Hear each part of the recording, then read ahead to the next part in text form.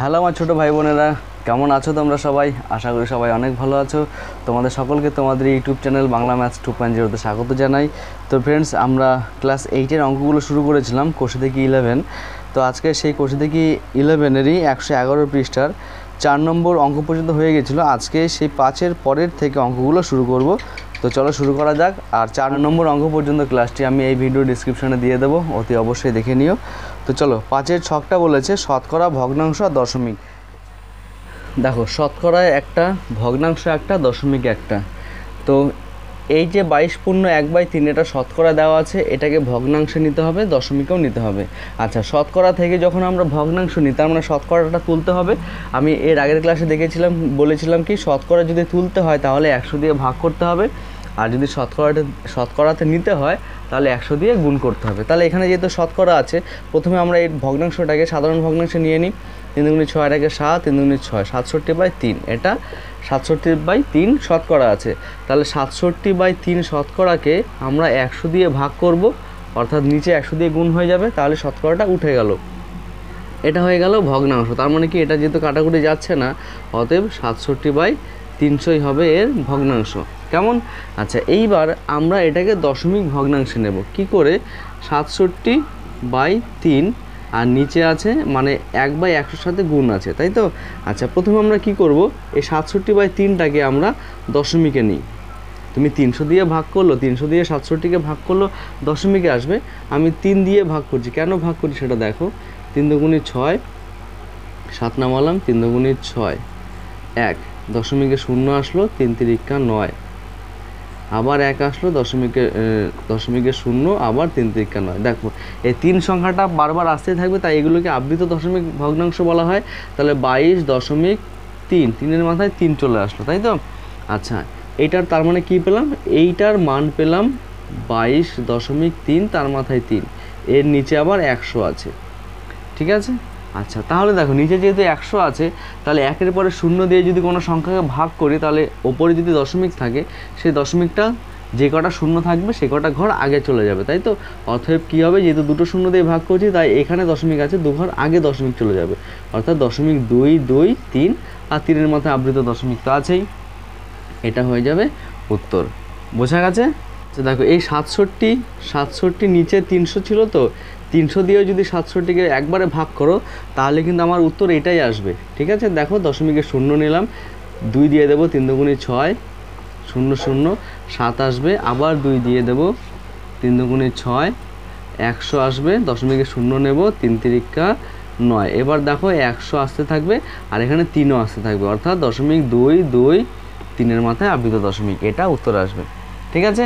তুমি 300 দিয়েও ভাগ করতে পারো, আবার 3 দিয়ে ভাগ করে একেবারে দশমিকেও নিতে পারো। কেমন? তো চলো, এই ঘরটা আমি মুছে দিই। দেখো, এবার এখানে ভগ্নাংশ আছে, তাহলে এই মিশ্র ভগ্নাংশটাকে প্রথমে সাধারণ ভগ্নাংশে নিয়ে নেব। এবার এটাকে শতকরা নিতে হবে। তাহলে দেখো, শতকরা নিতে গেলেই 100 দিয়ে গুণ করতে হয়, অর্থাৎ 100 দিয়ে গুণ করে দিলাম। কত আসলো? 700/3। তার মানে একে আমি ভগ্নাংশে নেব, তাই তো? আচ্ছা, তাহলে কত হবে দেখো, 3 দুগুণে 6, 10, 3 তিরিকা 9, আবার 10, 3 তিরিকা 9, 1 চলে যাবে উপরে, 3 চলে আসবে নিচে, তার মানে 233 পূর্ণ 1/3। বোঝা গেছে? আচ্ছা, এইবার এইটা ভগ্নাংশটাকে আমি এবার দশমিকে নেব, তাই তো? তাহলে 7/3 আছে। দেখো, এটা কিন্তু শতকরায় আছে, শতকরার মধ্যে কিন্তু 100টা গুণ আকারে আছে। এই শতকরাটাকে ভগ্নাংশে নিতে গেলে মানে 100 দিয়ে ভাগ করেই কিন্তু আমি এইটা পেয়েছি, 7/3। এইবার এই 7/3টাকে আমি দশমিক ভগ্নাংশে নেব। শতকরাটাকে কিন্তু দশমিকে নেব না, শতকরার থেকে ভগ্নাংশে নিয়ে যাওয়ার পরে তাকে দশমিকে নেব। বোঝা গেল? 3 দুগুণে 6, 1 আসলো, দশমিকে 0, 3 তিরিকা 9, আবার 1 আসলো, আবার 3 তিরিকা 9। তার মানে এটাও একইভাবে 3টা বারবার আসতে থাকবে, অর্থাৎ 2.3। এগুলোকে আবৃত দশমিক ভগ্নাংশ বলা হয়। কেমন? আচ্ছা, তাহলে এটা মুছে দিই। এবার 1/5 আছে। দেখো, এটা ভগ্নাংশ আকারে আছে, তাহলে এই 1/5টাকে প্রথমে যদি আমরা দশমিক ভগ্নাংশে নিয়ে নিই, তাহলে কী হবে? দশমিকে 0, 5 দুগুণে 10, অর্থাৎ কত পেলাম? 0.2। এবার একে আমরা শতকরা নেব, তাহলে 1/5 হচ্ছে ভগ্নাংশ। শতকরা প্রকাশ করতে গেলে 100 দিয়ে গুণ করতে হয়, তাহলে কি হয়ে যাবে? 5 দিয়ে কাটো, 5 কুড়ি 100, অর্থাৎ 20। ঠিক আছে? যেহেতু শতকরার উপরে লেখা আছে, তাই শতাংশ চিহ্নটা না দিলেও চলে। আচ্ছা এখানে আছে দেখো, এটা দশমিক ভগ্নাংশ দেওয়া আছে, একে প্রথমে আমরা নর্মাল ভগ্নাংশ নেব। তাহলে কি আছে 0.12, যেহেতু এখানে দশমিক আছে তাহলে দশমিকটা প্রথমে তুলতে হবে, দশমিকের জন্য 1, দশমিকের পরে যে কটা ঘর থাকে সেই কটা শূন্য দিয়ে ভাগ করলেই দশমিক উঠে যায়। তাহলে এবার এটাকে কাটাকুটি করো, কত হয় দেখো, 4 দিয়ে যদি কাটো 3 4 12, 4 25 100, অর্থাৎ 3/25। যেহেতু ভগ্নাংশগুলোকে লঘিষ্ঠ আকারে প্রকাশ করতে হয় তাই 3/25 হয়ে যাবে উত্তর। এইবার দেখো 3/25 একে আমরা শতকরায় নেব, তাই 100 দিয়ে গুণ করতে হবে। তাহলে 25 দিয়ে 100 কাটলে 4 25 100, 3 4 12, অর্থাৎ 12 হবে শতকরা। বোঝা গেছে? পরে দুটো আছে ওই দুটো টুকে ফেলি। দেখো এবার দশমিকের মধ্যে 3.125 দিয়েছে, তাহলে প্রথমে একে আমরা ভগ্নাংশে নেব। তাহলে দশমিক তুলে দেব, দশমিকের জন্য 1, আর দশমিকের পর 3টে ঘর তাই 3টে শূন্য। এবার একে কাটাকুটি করো। আচ্ছা এইখানে 3, তার মানে কী পেলাম, 3 1 2 5, নিচে পেলাম 1000। তাহলে একে আমরা সরাসরি শতকরা নিতে পারি। কেমন, দুটো শূন্যর সাথে দুটো শূন্য কেটে গেল। আর যেহেতু এটা কাটাকুটি করো 5 দিয়ে, 5 দুগুণে 10, 5 6 30, 5 দুগুণে 10, 5 5 25, অর্থাৎ 625/2।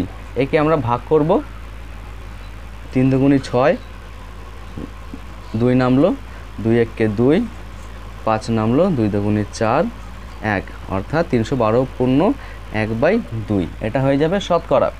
কেমন?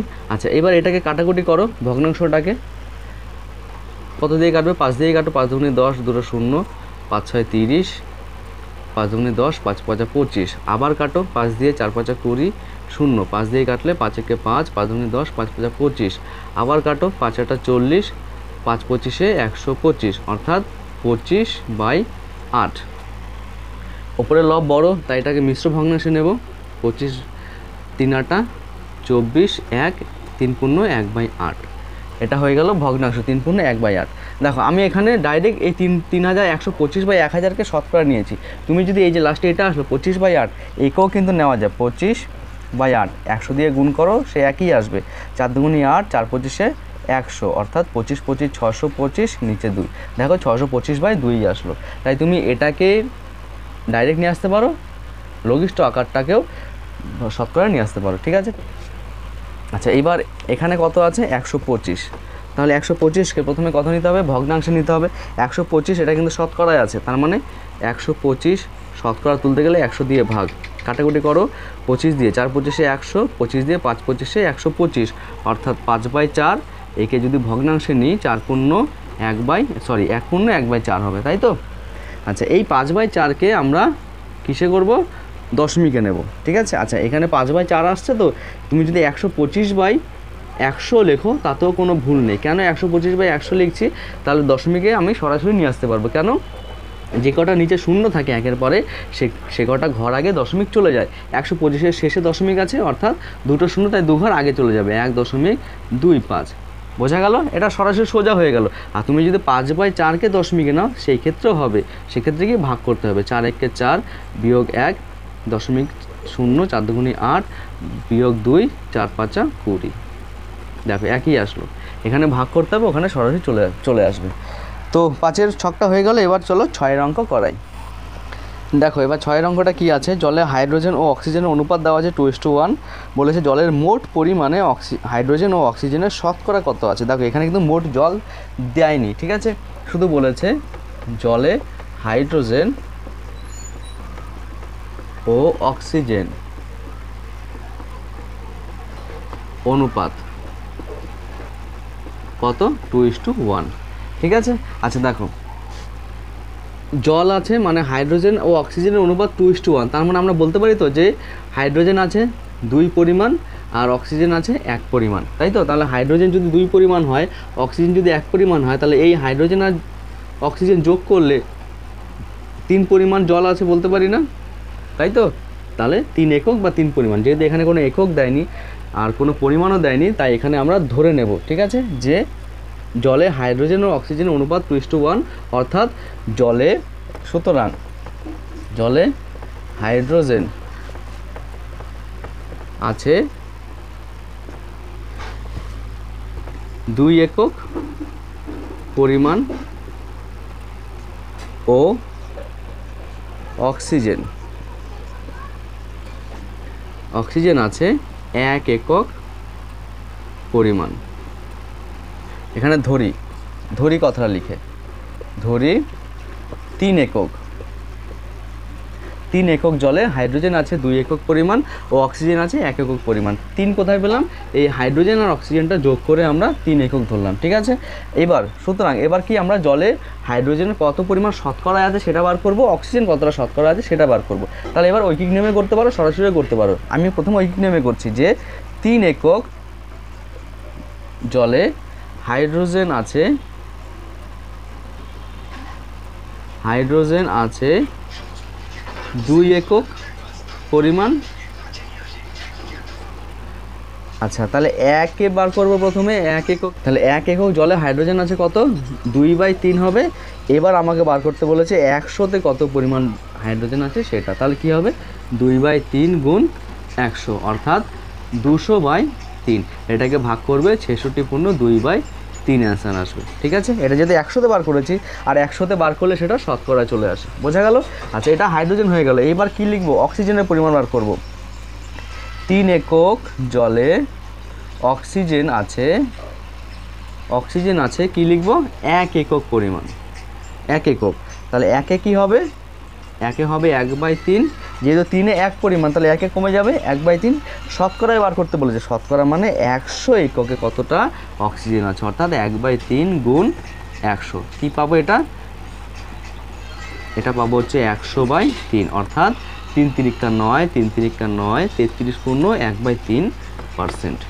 বোঝা গেছে? ভাগটা আমি আর বানাবো না, ভাগটা তুমি নিজেরাই করে নেবে, ঠিক আছে। তো চলো এবার 7-এর অঙ্কটা করি। দেখো এবার 7-এর অঙ্কটা কী আছে বলেছে, হৃদয়পুরের একটি কারখানায় আগে দৈনিক 1500টি বোতল তৈরি হতো, এখন তৈরি হয় দৈনিক 1695টি বোতল। ওই কাচের কারখানায় উৎপাদন শতকরা কত বৃদ্ধি পেয়েছে? দেখো তাহলে এটা লিখে করতে হবে। কারখানায় আগে বোতল তৈরি হতো, লেখো কারখানায় আগে বোতল তৈরি হতো কত বলেছে? 1500টি।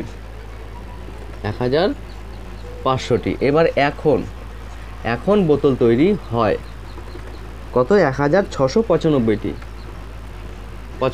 দেখো তাহলে এখন বোতল তৈরি বেড়েছে, তো কতটা বেড়েছে? তাহলে বোতল উৎপাদন বেড়েছে কতগুলো? 1695 থেকে 1500 বিয়োগ করব, কত বেরোবে? 195টি, তাই তো? দেখো 195টি উৎপাদন বেড়েছে কার সাপেক্ষে? 1500 সাপেক্ষে। কেন? আগে 1500টি তৈরি হতো, এখন হয়েছে 1695। তার মানে 1500-র মধ্যে উৎপাদন বেড়েছে 195টি। এখানে অনেকে গন্ডগোল করে ফেলে যে 1500 সাপেক্ষে ধরবো নাকি 1695-এর সাপেক্ষে ধরবো। আমি একটা শর্ট প্রসেস তোমাদের মনে রাখার জন্য বলে দিচ্ছি। দেখো যখনই বেড়েছে, যদি বলে বেড়েছে, তাই তো, যদি বাড়ে কথাটা থাকে, এখানে বাড়ে আছে তো, বাড়া, তাই তো, যদি বাড়ে কথাটা থাকে তাহলে কমের সাপেক্ষে বার করতে হয়, ঠিক আছে। যদি এখানে কমতো, মনে করো বোতল উৎপাদন কমতো, তাহলে বেশির সাপেক্ষে বার করতে হয়। এইটা সবসময় মনে রাখবে, তাহলে অঙ্ক কোনোদিন মিস্টেক হবে না। দেখো তাহলে এখানে কি বোতল উৎপাদন বেড়েছে, তাই কার সাপেক্ষে তুলনা করবো? 1500 সাপেক্ষে। যেহেতু বেড়েছে তাই কমের সাপেক্ষে, এটা বেশি এটা কম, তাই কমের সাপেক্ষে। অর্থাৎ 1500 বোতলে উৎপাদন বেড়েছে কতগুলো? 1095টি। এবার 1-এ বার করব। 1-এ উৎপাদন বেড়েছে 1095/1500টি। কততে বার করতে বলেছে? শতকরা, অর্থাৎ 100তে কত উৎপাদন বার হবে? 195/1500 গুণ 100। 2 শূন্য কেটে গেল। 15 দিয়ে যদি কাটো, 15কে 15, 3 15 45। হ্যাঁ, 15 দিয়ে ডাইরেক্ট কাটাকুটি যাচ্ছে। 15কে 15 বিয়োগ করলে 4, 45 আসলো। 3 15 45 অর্থাৎ 13। এখানে পার্সেন্ট দেবো না, ঠিক আছে। এবার উত্তর যখন লিখব তখন পার্সেন্ট দেবো কি? কাচের কারখানায় উৎপাদন বৃদ্ধি পেয়েছে। দেখো কথাটা কিন্তু শতকরা লিখছি না, আমি লিখছি কাচের কারখানায় উৎপাদন বৃদ্ধি পেয়েছে, কী হবে? 13%। যদি লিখি যে কাচের কারখানায় উৎপাদন শতকরা বৃদ্ধি পেয়েছে, তখন কিন্তু এই পার্সেন্ট চিহ্নটা দেবো না। যদি বলে দিই শতকরা, তাহলে শতকরা চিহ্ন দেবো না। যদি না বলি শুধু যদি বলি যে বৃদ্ধি পেয়েছে তাহলে সেই ক্ষেত্রে শতকরা চিহ্নটা বসাতে হয়। বোঝা গেছে? তো চলো এবার পরের অঙ্কে চলে যাই।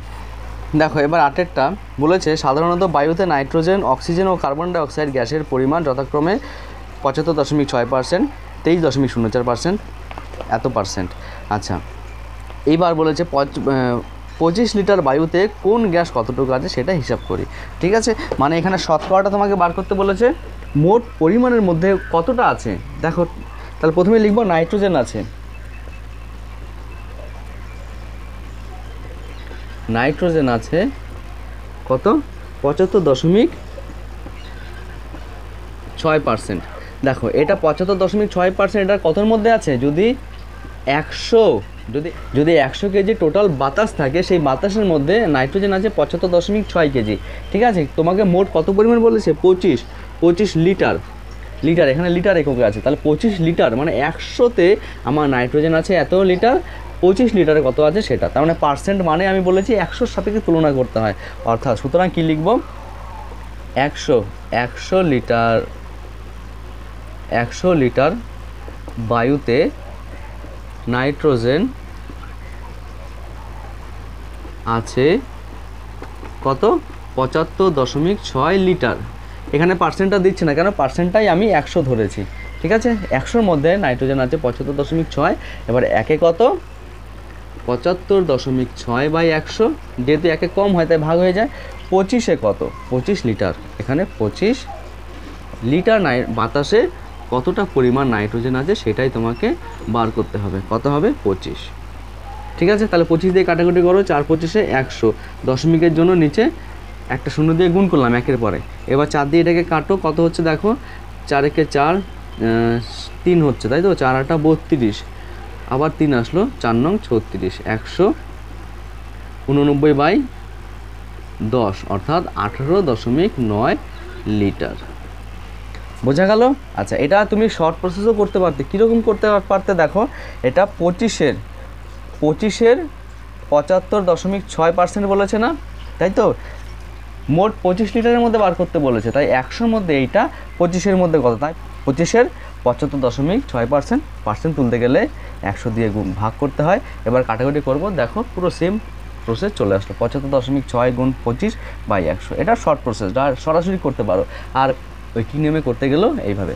ঠিক আছে, এটা সহজ নিয়ম হয়, এটা একটু জটিল হয়ে যায়। ঠিক আছে, বুঝতে অসুবিধা হয় যে কোনটা ওপরে হবে কোনটা নিচে হবে। আচ্ছা, এইবার বলেছে দেখো, এটা তো নাইট্রোজেন বার করলাম, এবার বলেছে যে অক্সিজেন আছে 23.04, কার্বন ডাইঅক্সাইড আছে 1.36। তাহলে এবার অক্সিজেনটা বার করো, অক্সিজেন আছে 23.04%, তার মানে এটা একইভাবে লিখবো যে 100 লিটার বায়ুতে অক্সিজেন আছে। আমি ডাইরেক্ট লিখে দিচ্ছি, তোমরা কথাটা লিখে করবে যে 100 লিটার বায়ুতে অক্সিজেন আছে কত, 23.04 লিটার। একে কত হবে, একে হবে 23.04/100, কততে বার করছি, 25-এ। বোঝা গেল? তাহলে 25-এ কত হবে সেটা আমি এটা 25 দিয়ে দিতে হতো, আমি এটা লিখলাম না, যেহেতু একই প্রসেস তাই সরাসরি করে ফেললাম। 25 দিয়ে কাটো, 4×25 100, এটাকে ভাগ দশমিক তুললে নিচে 100 দিয়ে গুণ হবে। 4 দিয়ে এটাকে কাটো, কত হচ্ছে দেখো, 4 5 20, 3 মানে 30, 4 7 28, বিয়োগ করলে 2 24, মানে 4 6 24, অর্থাৎ 5.16, তার মানে 5.76 লিটার। কেন, নিচে 100 আছে, 100 দিয়ে ভাগ করলে কি, দুটো শূন্য দিয়ে ভাগ করছে, দশমিক আগে চলে যাবে। দশমিক কোথায় আছে, কোনো সংখ্যার মধ্যে দশমিক নেই, মানে সংখ্যাটার শেষে থাকে দশমিক, তাই দুটো শূন্য দিয়ে ভাগ করছি, অর্থাৎ দশমিকটা 2 ঘর আগে চলে যাবে, 1 ঘর 2 ঘর, তাই 5.76 লিটার আসলো। বোঝা গেল? এইবার বলেছি কার্বন ডাইঅক্সাইডটা আমি সরাসরি বার করে ফেলি। ঠিক আছে, কতর মধ্যে, 25-এর মধ্যে কত পার্সেন্ট বলেছে, 1.36, অর্থাৎ 1.36। তাহলে একে পার্সেন্ট তুলতে গেলে 100 দিয়ে ভাগ করতে হবে, ভাগ করে দাও। আবার দশমিক তুলতে গেলে দশমিকের পরে দুটো ঘর, তাই দুটো শূন্য দিয়ে ভাগ করলাম। বোঝা গেল?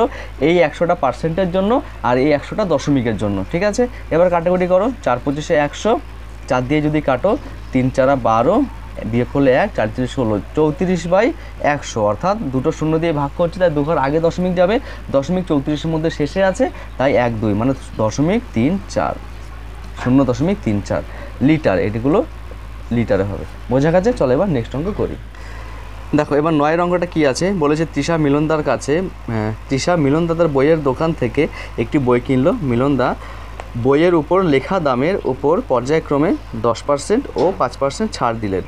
বইটির ওপর লেখা দাম 200 টাকা হলে তৃষা কত টাকা দিল সেটা হিসাব করে দেখি। ঠিক আছে, দেখো তাহলে একটা বই কিনেছে, পর্যায়ক্রমে সেই দোকানদার দুটো ছাড় দিয়েছে, প্রথমে 10% ছাড় দিয়েছে, তারপরে আবার 5% ছাড় দিয়েছে।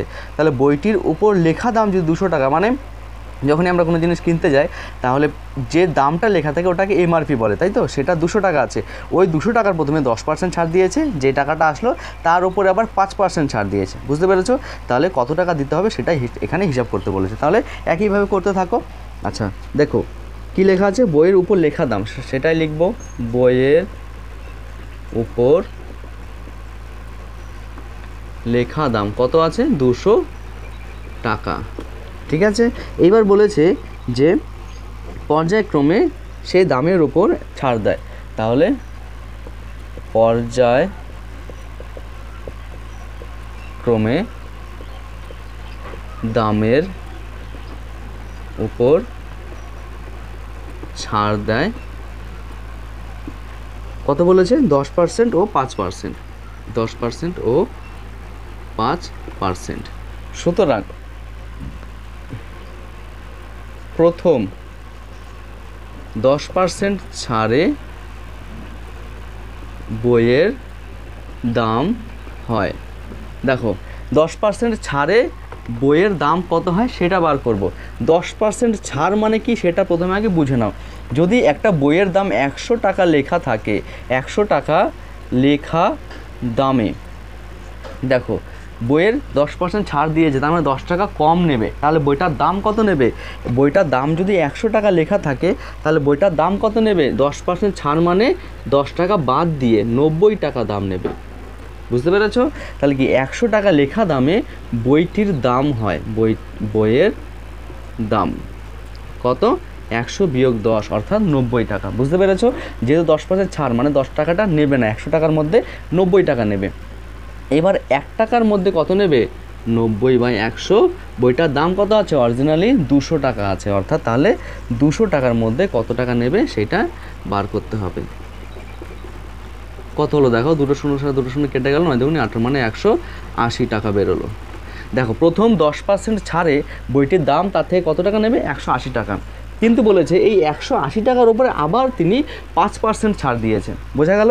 আচ্ছা, আবার পরে 5% ছাড়ে বইয়ের দাম কেমন? তাহলে কি হবে?